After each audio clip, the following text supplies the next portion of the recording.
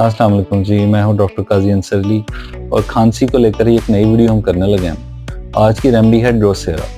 Drosera की जो कफ होती है वो बिल्कुल ड्राई होती है और ये ज़्यादातर रात को होती है। जैसे ही बच्चा अपने तकिए पर सर रखता है तो खांसी स्टार्ट हो जाती है और इसकी खांसी ज़्यादातर स्पैज़मोडिक होती है, प्रॉक्सिमल यानी दौरों की सूरत में पड़ती है। जिस तरह इंसान को खांसी का 5 मिनट का दौरा होता है और ये आफ्टर मिडनाइट ज़्यादा होती है।